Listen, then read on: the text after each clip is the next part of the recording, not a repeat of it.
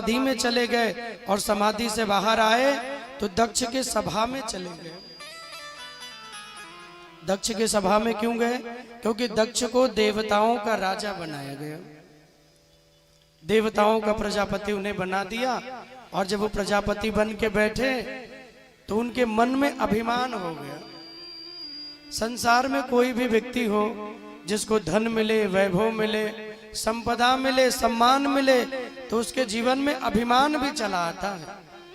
और यदि किसी के जीवन में सब कुछ संपन्नता है, सब प्रकार से वैभव है और उसके जीवन में अभिमान नहीं, समझना ठाकुर जी ने दोनों बाह पकड़ रखी है।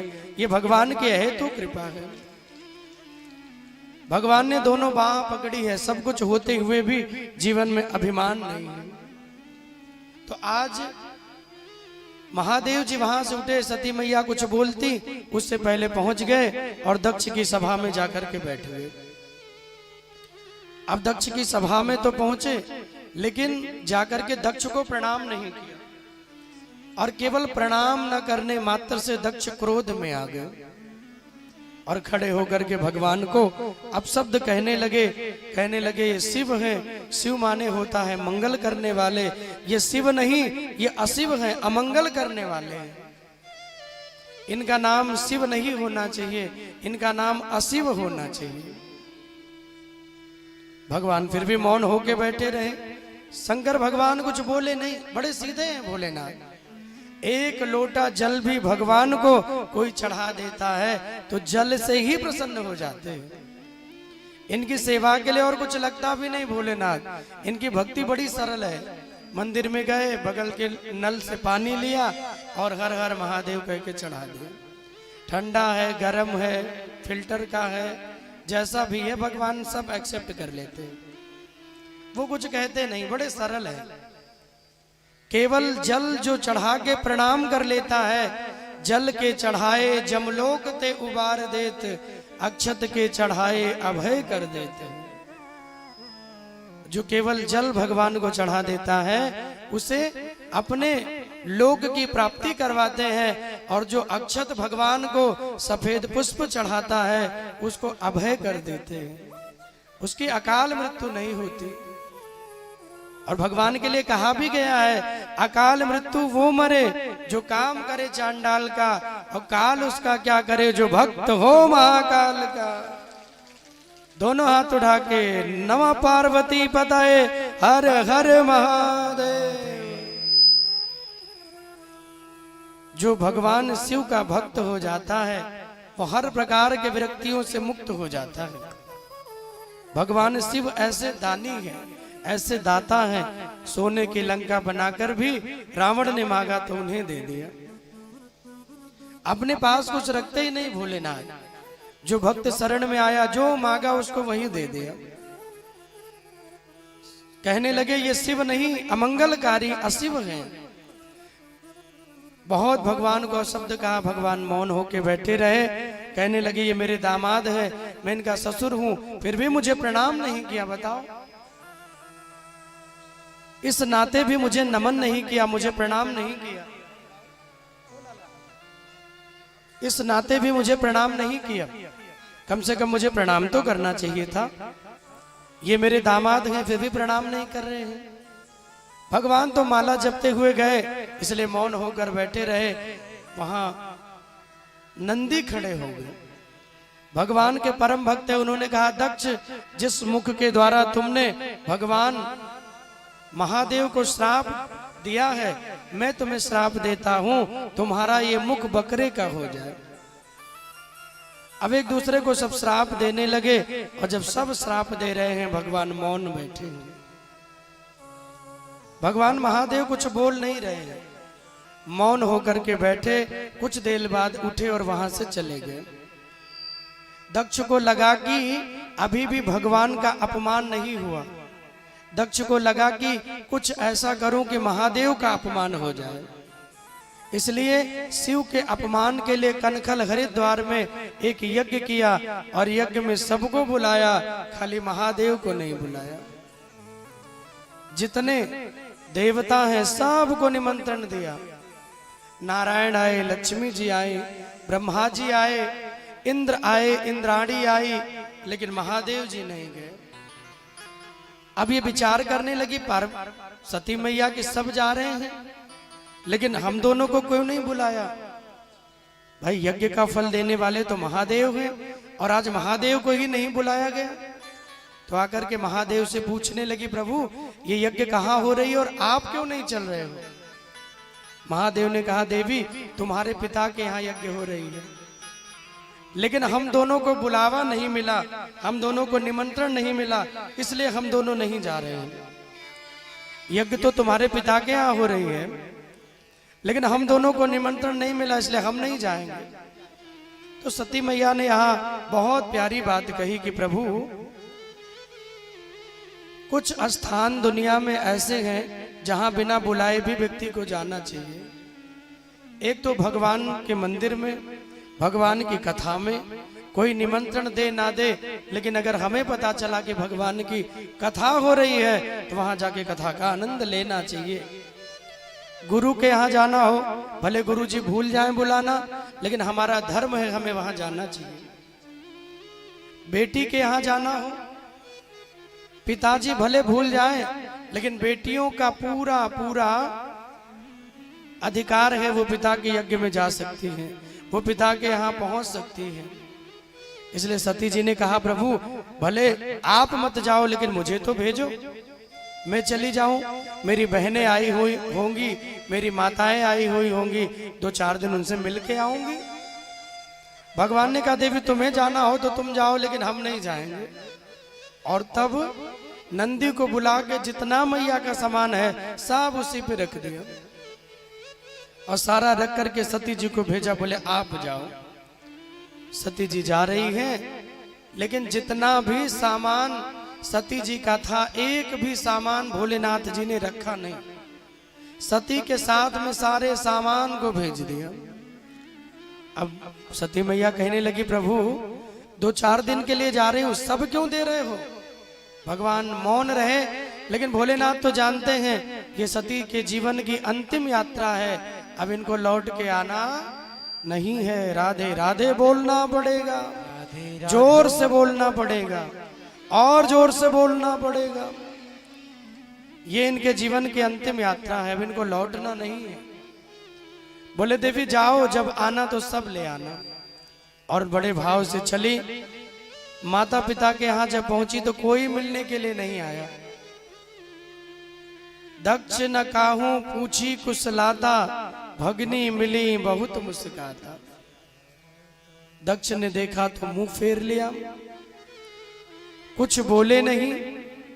बहनें मिली तो हंसते हुए मिलती हैं, बोले देखो देखो सती को बुलावा नहीं गया फिर भी आ गई। अरे आप तो आ गए, लेकिन हमारे जीजा जी को कहां छोड़ दिया, उन्हें भी लाई होती। सती मैया मौन रही, कोई मिलने नहीं आया, लेकिन एक माँ है सती जी की जो बड़े भाव से मिलने के लिए आई। क्योंकि माँ तो माँ है, माँ का नाम ही ऐसा है कि माँ के शब्द को यदि आत्मा से निकाल लिया जाए तो आत्मा भी अधूरी हो जाती है। माँ के भाव को यदि महात्मा से भी निकाल लिया जाए तो बिना माँ के वो भी अधूरे हो जाते हैं। माँ को यदि परमात्मा से भी निकाल लिया जाए तो भगवान भी बिना माँ के अधूरे हो जाते हैं। हमारे यहाँ कहते हैं कि सूरज की तेज धूप बदल जाए छाओं में, सूरज की तेज धूप बदल जाए छाओं में, आज भी इतना असर है माता पिता की दुआओं में। उनका आशीर्वाद मिले तो भगवान भी अपनी लेखनी को बदल देते हैं। उनका आशीर्वाद मिले तो भगवान भी अपनी लेखनी को तोड़ देते हैं। आपके भाग्य में कुछ ना हो और आपके माँ ने, आपके पिता ने आपको हृदय से आशीर्वाद दे दिया तो भगवान को भी उस वस्तु को देना पड़ता है। गुरुदेव भगवान ने कहा, सती जी मौन होकर गई, मिलने के लिए पिता से मिली। माँ ने तो बड़े भाव प्रेम से मिलन किया, लेकिन जब पिता से मिलने गई तो पिता ने मुख फेर लिया, पिता ने उस ओर देखा भी नहीं। सती जी बार बार कहती रही कि देखो पिताजी, बिना भोलेनाथ के कोई यज्ञ पूरी नहीं होती। आप एक काम करो, अभी भी मौका है, भोलेनाथ को बुला लो, वो फिर भी प्रसन्न हो जाएंगे। मैं उन्हें मना लूंगी, भोलेनाथ आप चिंता मत करो। लेकिन नहीं माने। दक्ष ने कहा नहीं, शिव मेरे द्रोही हैं, मेरे दुश्मन हैं, मेरे शत्रु हैं, मैं सबको बुलाऊंगा लेकिन शिव को नहीं बुलाऊंगा। सती मैया मौन होकर बैठ गई। एक जहां शिव का भाग है वहां कोई स्थान नहीं बना, सब मौन है और सबके नाम की आहुति हो रही है, सबके नाम की आहुति, सबके नाम का भाग मिल रहा है, लेकिन सती जी का कोई भाग नहीं, महादेव का कोई भाग नहीं है। मौन होकर गई, बैठ गई, अग्निदेव को धारण किया शरीर में और कहा पिताजी आपके द्वारा यह शरीर मुझे मिला है, और जब भगवान शिव का अपमान ही हो रहा है तो अब मैं लौट के कैलाश पे क्यों जाऊंगी। और यदि मैं गई भी और वहां किसी ने यह कह दिया कि हे दक्ष पुत्री कैसी हो, कैसा सम्मान मिला, तो मैं उन्हें कहूंगी क्या, बताऊंगी क्या। इसलिए मौन हो गई, शरीर में अग्नि लग गई, धू धू करके शरीर जलने लगा। देखो सती मैया का मन कथा में नहीं लगा। भगवान राम की जाकर के परीक्षा ली, सीता माँ का वेश बनाया। भोलेनाथ ने पूछा तो भी झूठ बोला। कई कारण रहा, भोलेनाथ ने त्याग कर दिया। सती को लगा जब भगवान शिव ने ही त्याग कर दिया है, शरीर को रख के अब क्या फायदा है। अग्नि में शरीर जल गया और जब महादेव को पता चला, जटाओं का एक बाल पत्थर की शिला पे क्रोध में आके पटक दिया, वीरभद्र नाम का दैत्य प्रकट हो गया। बोले शंकर भगवान की जय, महादेव सरकार की जय हो। वीरभद्र जी प्रकट हुए। भगवान बोले जाओ और तुम्हारी माँ का अपमान किया इसलिए दक्ष का वध करके आओ। वीरभद्र जी तुरंत चले, यज्ञ का विध्वंस कर दिया, यज्ञ को तहस नहस कर दिया, जितने देवता लगे थे सबको दंड दिया और अंत में दक्ष के सर को काट कर और उसी अग्निकुंड में जला के भस्म कर दिया। शरीर वहां पड़ा है लेकिन अब सर नहीं है। सब देवता मौन हो गए। मौन होकर भगवान शिव की ओर जाने लगे, चलो भगवान शिव को मनाएं।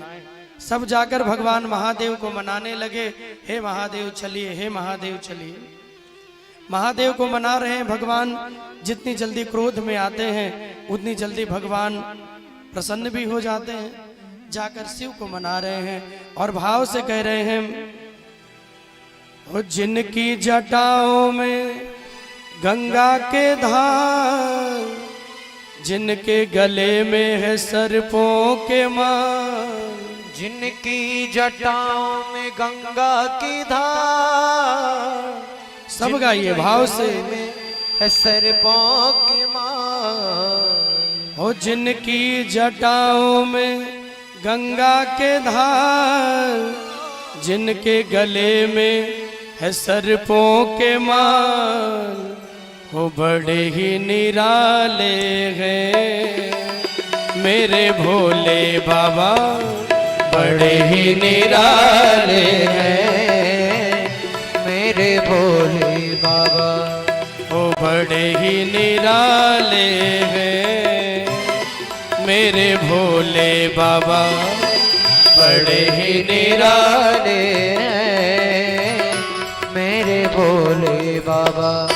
ओ जिनकी जटाओं में गंगा के धार, जिनके गले में है सर्पों के माल, जिनकी जटाओं में गंगा की धार, जिनके गले में है सर्पों की मार। ओ जिनकी जटाओं में गंगा के धार, जिनके गले में है सर्पों के माल, जिनकी जटाओं में गंगा की धार, जिनके गले में है सर्पों की मार। ओ बड़े ही निराले हैं मेरे भोले बाबा, बड़े ही निराले हैं मेरे भोले बाबा। ओ बड़े मत वाले हैं मेरे भोले बाबा ओ बड़े ही निराले हैं ओ मेरे भोले बाबा। दोनों हाथ उठा के तालियां बजाते हुए भाव से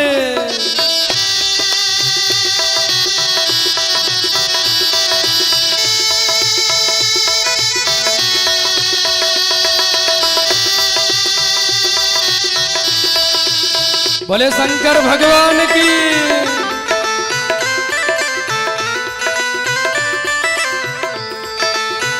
और भाव और प्रेम से गाते हुए सब मिलकर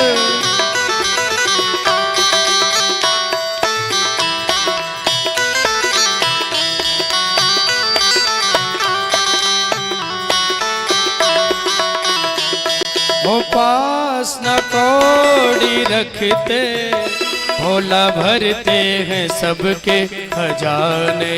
ओ पास न कौड़ी रखते भोला भरते हैं सबके खजाने। ओ पास न कौड़ी रखते भोला भरते हैं सबके खजाने।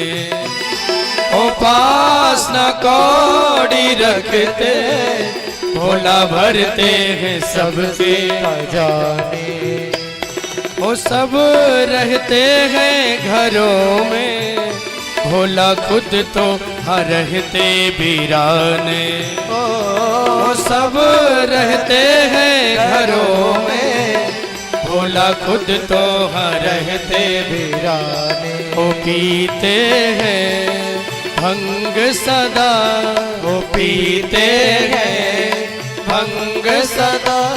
ओ बड़े मत वाले हैं मेरे भोले बाबा ओ बड़े मत वाले हैं मेरे भोले बाबा। ओ बड़े ही निराले हैं मेरे भोले बाबा ओ बड़े ही निराले हैं मेरे भोले बाबा। ओ जिनकी जटाओं में गंगा के धार जिनके गले में है सर्पों के माल।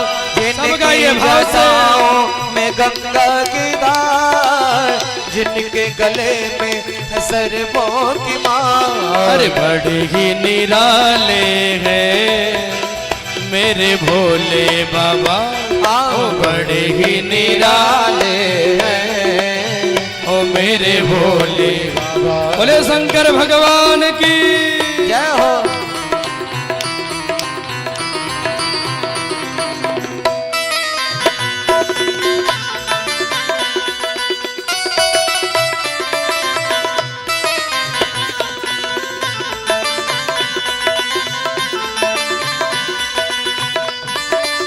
प्रेम और भाव से गाते हुए भाव में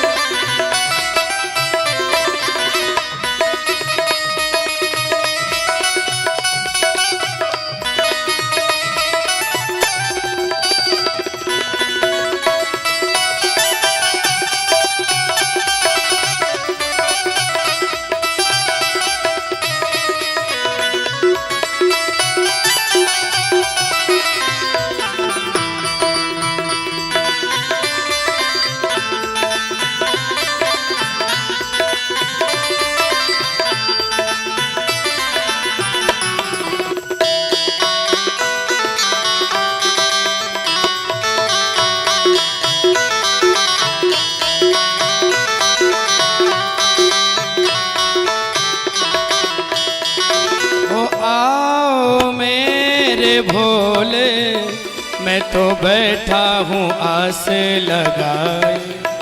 और बढ़ाओ यार। मैं तो बैठा हूँ आस लगाए। ओ आओ मेरे भोले मैं तो बैठा हूँ आस लगाए। ओ आओ मेरे भोले मैं तो बैठा हूँ आस लगाए। ओ आओ भोले बाबा मैं तो बैठा हूँ पल के बिछाए। ओ आओ भोले बाबा, मैं तो बैठा पल के बिछाए हो करते हैं सब पे कृपा, करते हैं सब पे कृपा ओ बड़े मत वाले हैं ओ मेरे भोले बाबा, ओ बड़े मत वाले हैं ओ मेरे भोले बाबा। ओ जिनकी जटाओं में गंगा के धार, जिनके गले में सर्पों के माल, जिनकी जटाओं में गंगा की धार, जिनके गले में है सर्पों की मार, ओ बड़े मत वाले हैं मेरे भोले बाबा, बड़े मत वाले हैं मेरे भोले बाबा। ओ बड़े ही निराले हैं मेरे भोले बाबा, बड़े ही निराले हैं मेरे भोले बाबा। ओम नमः शिवाय, ओम नमः शिवाय, हर हर भोले नमः शिवाय, ओम नमः शिवाय, ओम नमः शिवाय, हर हर भोले नमः शिवाय। ओम नमः शिवाय, ओम नमः शिवाय, हर हर भोले नमः शिवाय। सब गाइए पीछे तक भाव से। शिवाय, हर हर भोले नमः शिवाय। ओम नमः शिवाय, ओम नमः शिवाय, हर हर भोले नमः शिवाय। ओम नमः शिवाय, ओम नमः शिवाय, हर हर भोले नमः शिवाय। ओम नमः शिवाय, ओम नमः शिवाय, हर हर भोले नमः शिवाय। ओम नमः शिवाय, ओम नमः शिवाय, हर हर भोले नमः शिवाय। ओम नमः शिवाय, ओम नमः शिवाय, हर हर भोले नमः शिवाय। ओम नमः शिवाय, ओम नमः शिवाय, हर हर भोले नमः शिवाय। ओम हर हर भोले नमः शिवाय। ओम हर हर भोले नमः शिवाय। ओम हर हर भोले नमः शिवाय। ओम हर हर भोले नमः शिवाय। ओम हर हर भोले नमः शिवाय। ओम हर हर भोले नमः शिवाय। ओम हर हर भोले नमः शिवाय। ओम हर हर भोले नमः शिवाय। ओम हर हर भोले नमः शिवाय। भोले शंकर भगवान की, उमापति महादेव की। क्या बोलना पड़ेगा? राधे राधे। दोनों हाथ उठा के और जोर से बोलना पड़ेगा, और जोर से बोलना पड़ेगा। सबने जाकर महादेव के चरणों में प्रणाम किया। भगवान महादेव जी प्रसन्न हुए और आए दक्ष के यज्ञ को पूर्ण करने के लिए। और जब दक्ष के यज्ञ को पूर्ण करने के लिए आए तो देखा कि शरीर वहां पड़ा है लेकिन सर नहीं है। भगवान भोलेनाथ बोले, भैया अब बिना सर के इनको जीवन कैसे दूं? सर तो होना चाहिए तब तो जीवन दान दूं।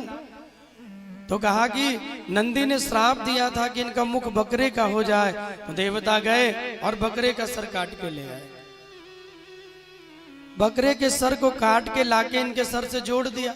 अच्छा, सर तो जुड़ गया, भगवान ने कृपा कर दी तो बम बम भोले कहते हुए उठ के बैठ भी गए।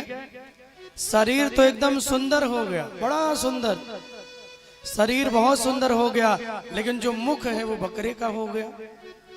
अच्छा, जब तक शीशा में कोई अपना मुंह देखे ना तो पता नहीं चलता कैसा है, टेढ़ा है कि सीधा है, फिर देखना पड़ेगा उसके लिए। अब उन जमाने में इतना सारा शीशा और ये सब था नहीं। आजकल तो एक एक कदम पे ब्यूटी पार्लर मिल जाते हैं, और वहां राम जाने कैसी कैसी मशीन लगी है। कोई भी जाता है, भले कितनों कालो गलूटो आदमी अंदर जाए, गोरा अंग्रेज होके निकलता है,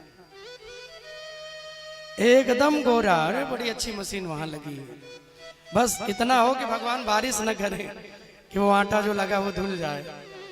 तो जो जाए भैया, बड़ी अच्छी मशीन है, वो एकदम बढ़िया होके निकलता। अभी अपना मुंह तो देखे नहीं, तो इनको लगा कि भोलेनाथ ने जीवन दे दिया, बड़े आनंद में हो गए, बड़े प्रसन्न हो गए।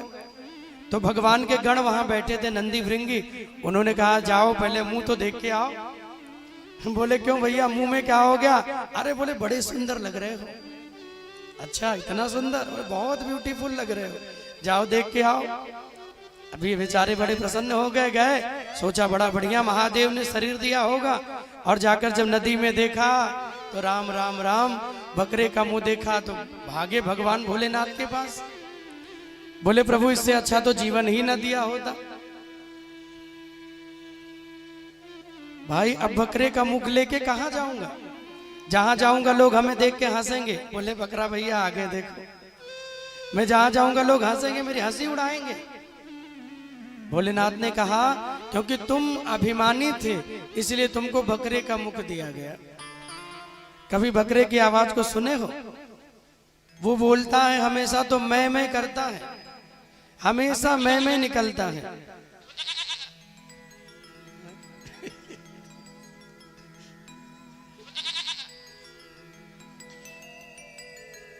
देखो कैसे बोला मैं। तो जैसे मैं किया तो मैना जो मैना कहती है मैं कुछ नहीं हूं, जो कुछ है वो भगवान है, वो ईश्वर है।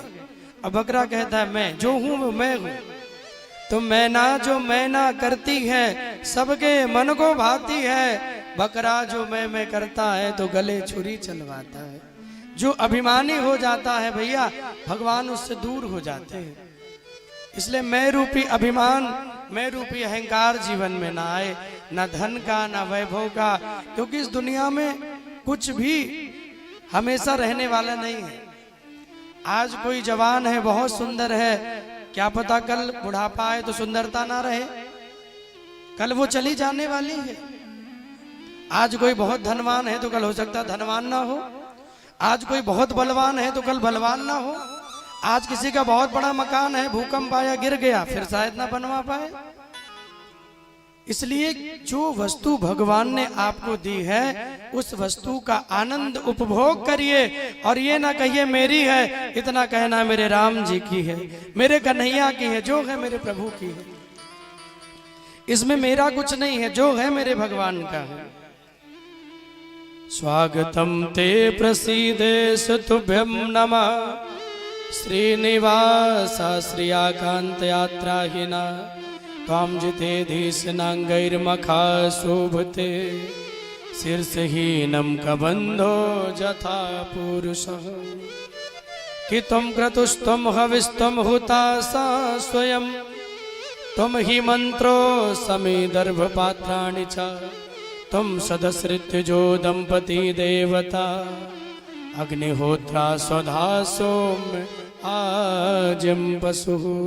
बोले वाक्य बिहारी लाल की, बोले महादेव सरकार की। भगवान महादेव की कृपा हुई, दक्ष उठ करके बैठ गए।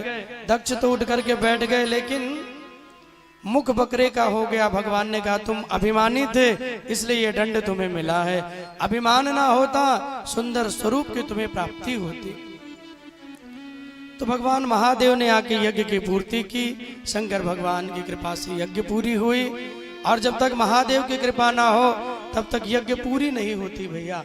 आज स्वयं महादेव की कृपा हुई तो दक्ष के यज्ञ की पूर्ति हो गई। दक्ष के यज्ञ का ये सुंदर प्रसंग सुनाया। आगे बहुत सुंदर राजा उत्तानपाद के चरित्रों का वर्णन सुनाया। राजा उत्तानपाद जिनकी दो रानियां हैं, एक सुनीति और एक सुरुचि।